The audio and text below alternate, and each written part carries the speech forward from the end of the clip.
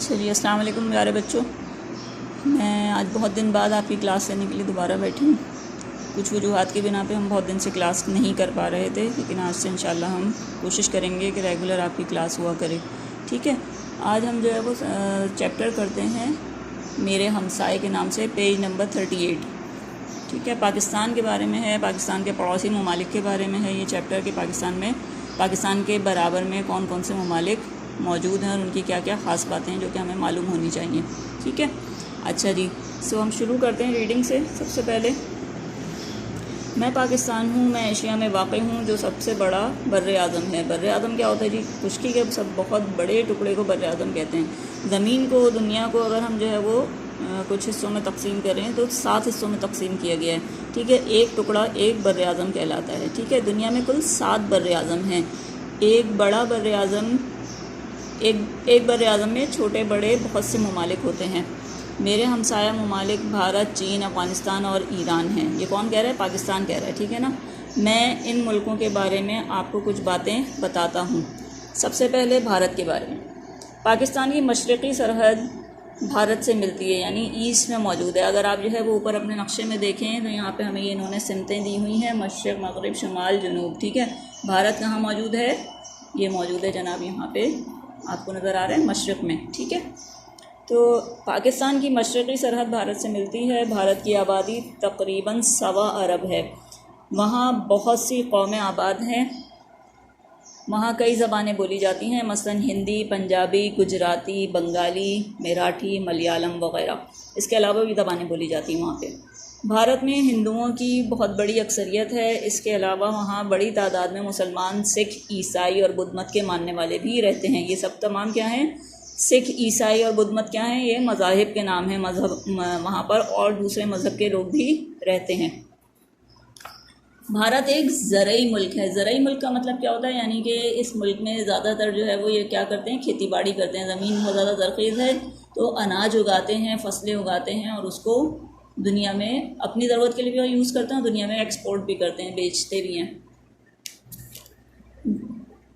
भारत एक ज़रई मुल्क है जिसे बहुत से दरियाओं का पानी खेती बाड़ी में मदद देता है।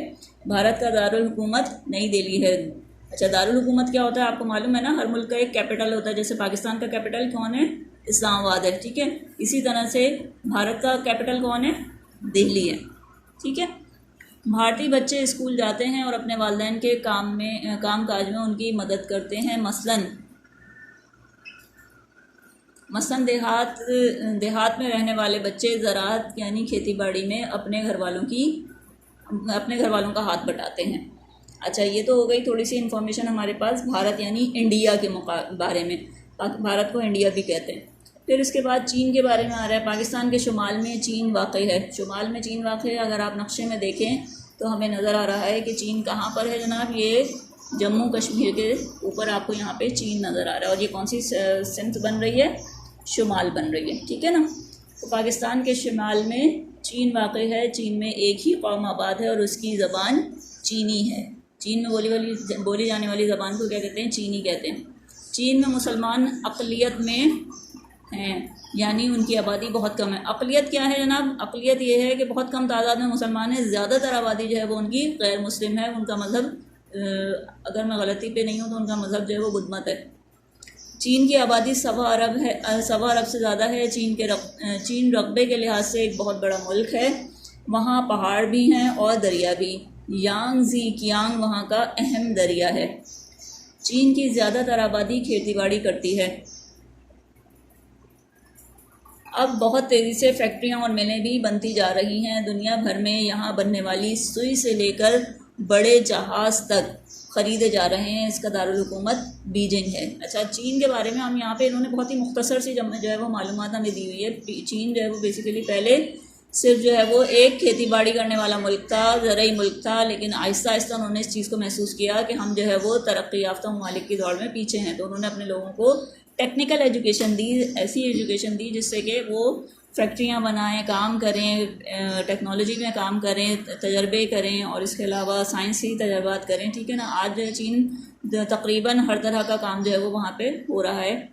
चीन में सुई से लेके हवाई जहाज़ तक और पानी के जहाज़ तक सब बन रहे हैं।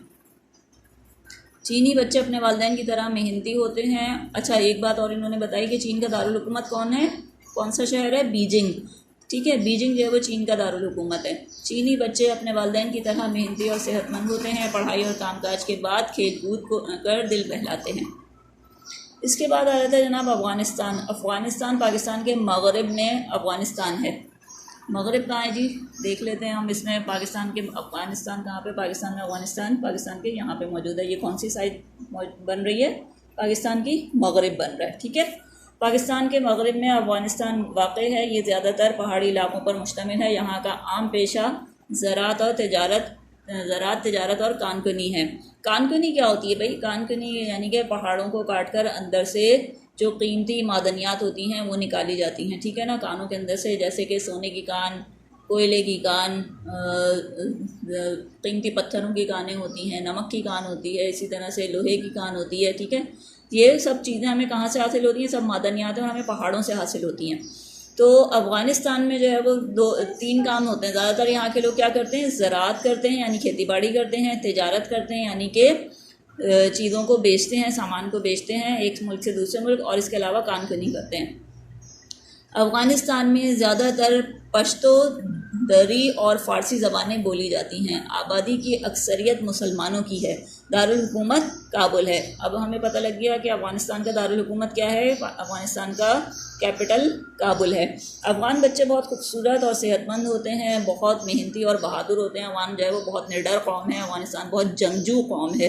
ठीक है ना, इनमें जो है वो बहुत टैलेंटेड कौम है। और अगर ये किसी मुल्क से अगर जंग करनी पड़ जाए, ज़्यादातर अफ़गानिस्तान के लोगों को जो है जंग का ही सामना रहा है अपनी ज़िंदगी में, तो बहुत बहादुर कौम है जनाब अफ़गान। इसके बाद आ जाते हैं ईरान। पाकिस्तान की मगरबी सरहद ईरान से मिलती है। ये हमारा बिरादर इस्लामी मुल्क है। यहाँ ज़्यादातर फ़ारसी और पश्तो बोली जाती है।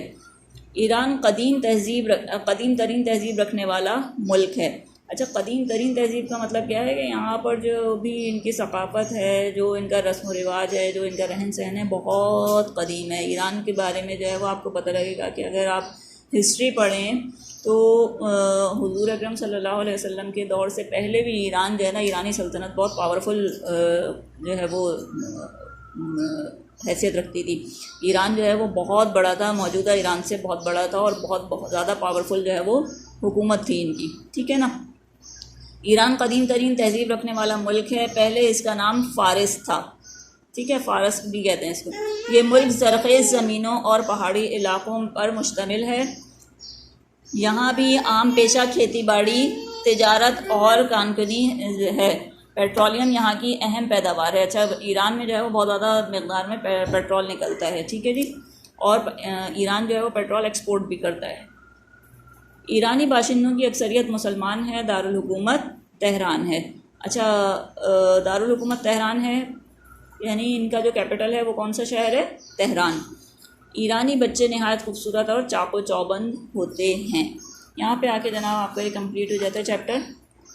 अब हमें आगे क्या करना है मैं आपको नेक्स्ट मैसेज में बताती हूँ।